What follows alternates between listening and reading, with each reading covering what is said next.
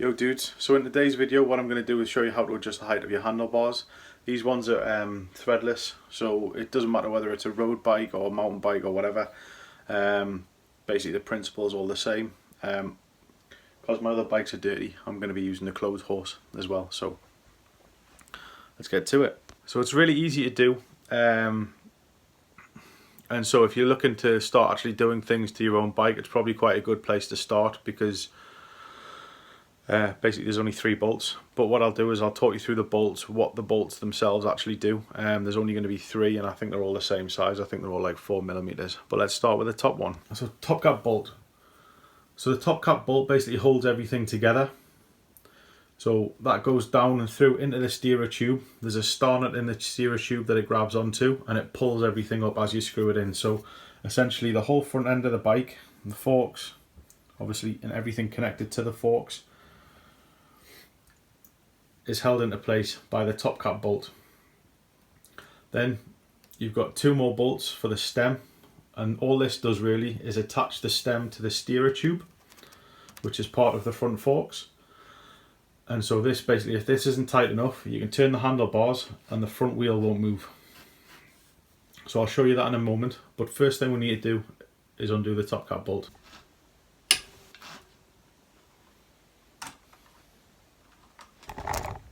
Okay, I've just broken my tripod, so tried again, but holding the camera, so it's probably going to be a little bit more difficult to film, but never mind. We undo the top cap bolt.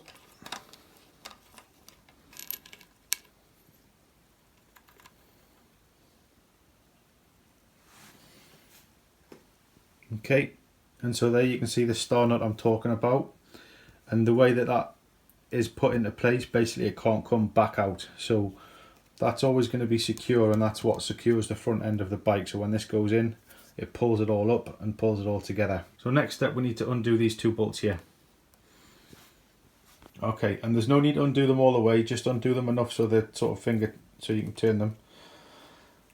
And now it's important that the bike's on the ground at this point, because now that this is loose, when you go to steer, you can see the front wheel doesn't turn with the bars. And if I was to lift the bike up, all of this is going to fall out. So the whole front end of the bike will come apart. There's dust caps, races, bearings in here and in here, and all of those could fall out as well.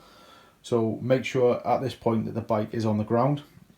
If you've got it on a stand and you've got the bike up in the air, which you don't really need to do for this, but if you do, at this point make sure that you're holding onto the front wheel or you've got something on there in place to stop it from falling out, because if you lift, dust cap, crown races, bearings all have a chance of falling out all over the place. To adjust the height of the handlebars, you can see these spaces, and these spaces are what's going to basically give you the ability to adjust the height of the handlebars. One important thing to bear in mind is that the steerer tube dictates how high you can make the handlebars.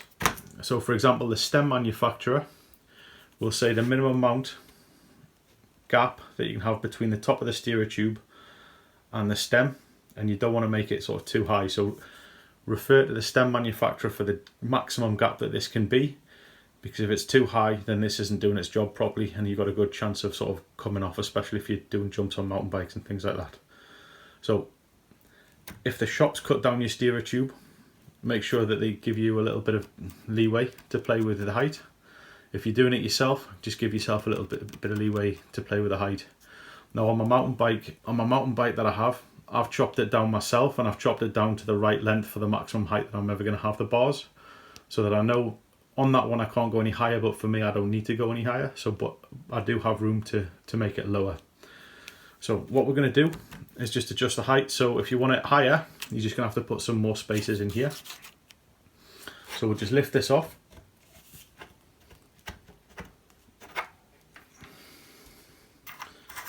Add a spacer. Now the spacers come in loads of different sizes. I think it's between 5mm, 5mm and 25mm. The spacers come in, so depend upon sort of how many you want to put in, sort of how much adjustment you want. Depends upon the size of the spacer, but if you know it's fairly big, you might as well just go with the biggest one you can, and then sort of as you get closer to where the handlebars will be, reduce the size for finer fitment. So you've added the spacer on, slide it back over, and so you can already see, so we've raised it, I don't know how big that is, maybe 10, I don't know how big that is, maybe 10 millimeters, but you can see straight away we've raised the height of the handlebars by 10 millimeters. And then it's just a case of sliding everything on, top cap as well, and then putting it all back together. So I'll show you how to put it back together, but you can also, you're not restricted to just going up. You're not restricted to just going up here, you can go down as well. Okay, we're back. So, got interrupted anyway. So you can also reduce the height as well, so just by removing spaces. So like I said, these spaces here are fairly big, so if you want to make it like a more refined measurement, just to get the exact place that's most comfortable to you, you can just fit on smaller ones and just get that. So even if you want to just go all the way down and just get it like really small, then you've got the ability to do that with the different size spaces. And then it's just a case of sliding the stem back over the steerer tube and putting it back in place. And then, so you don't have the stem sticking out, you can just throw these back on.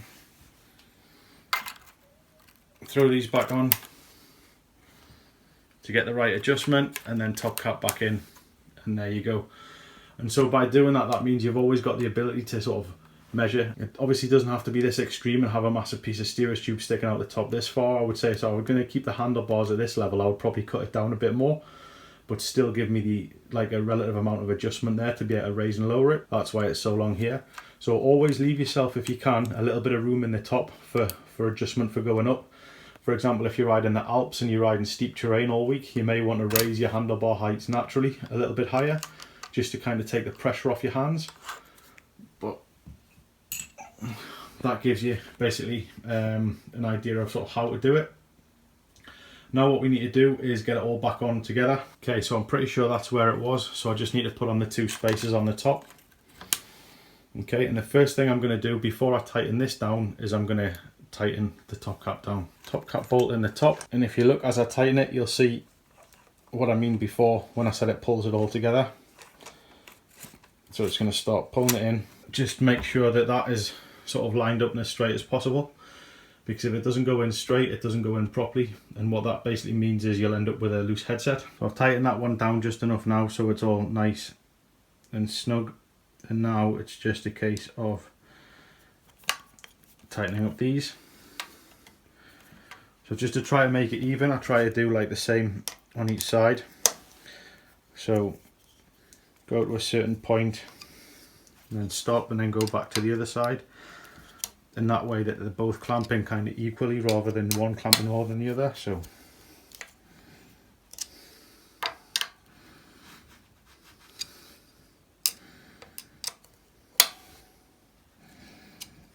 okay, and then that should be good. So give you an idea, and then one final thing you should do to check. So we're just going to pretend here, but one final thing you should do to check is turn your handlebar sideways, pull on the front brake, and then place your hands here and push the bike backwards and forwards. And if your headset is loose, like if the steerer tube didn't line up properly going through and you've got a loose headset, you'll be able to feel slight movement here as you're pushing the bike backwards and forwards, in which case it's just a case of undoing this bolt, making sure those two bolts are loose, and then trying to make it as straight as possible, so when you tighten it back up, it all pulls in as it should in a line. Okay, so there are certain things you can do. So say for example you've used up the maximum length of your steerer tube, but you still want the bars to go a bit higher. There is certain things you can do to increase that further. If you're just riding like a normal bike, like not a mountain bike or anything like that, and you just want like a little bit of cruise around the road and you want to make them higher, you can buy like extensions for the steerer tube. Or alternatively, if you look at this stem here, the stem's got it's on a slight upwards angle, so you can buy stems with a larger angle increase to raise your handlebars even further if you're unable to use this method, using the steerer tube and adjusting the height of it. So say for example the maximum height here was here, and that's the maximum height I could get it based on how short the steerer tube was. Then I can buy a new stem with a larger angle and that would raise the handlebars up to the height that they're on now, if that makes sense. And so you can do that with not only road bikes but also mountain bikes as well. And also with mountain bikes you have another form of adjustment. So if we go here to my downhill bike, you can see that from where the stem is, the handlebars raise slightly. So this is the rise. So the rise on this handlebar here is less, if I can reach up here, than the rise on this handlebar here. So basically if you don't have enough room in your steerer tube, you still have the ability to adjust the height of your handlebars, although it's a slightly more expensive route because you've got to go out and buy a specific stem, you've got to go out and buy specific handlebars with the risers that you're looking for. But unfortunately that's pretty much, if your steerer tube's been cut down and you can't raise the handlebars anymore using the steerer tube, that's pretty much your only option other than buying new suspension forks, which then gets really expensive. And that's it for today's video. Bit of a change in format, not really riding but more sort of technical knowledge behind the bike. Let me know what you thought, if you prefer these kind of videos or if you prefer videos where I'm riding. I'm thinking sort of in the future I'll have a combination of both. I missed out last week's video as well. I want to make my videos a lot more artistic than they are. I don't want just like the standard sit and speak to a camera kind of format. So I'm just trying to figure out a way to do that with the limitations that I've got. For example, I don't have anything other than a free editing software. So other than sort of cutting and pasting and adding a track over the top, there's very little that I can kind of do with that. It doesn't do anything that I want to do with regards to the editing side of things. So I'm just trying to figure that out at the minute, but like I said, let us know in the comments and I will see you next week.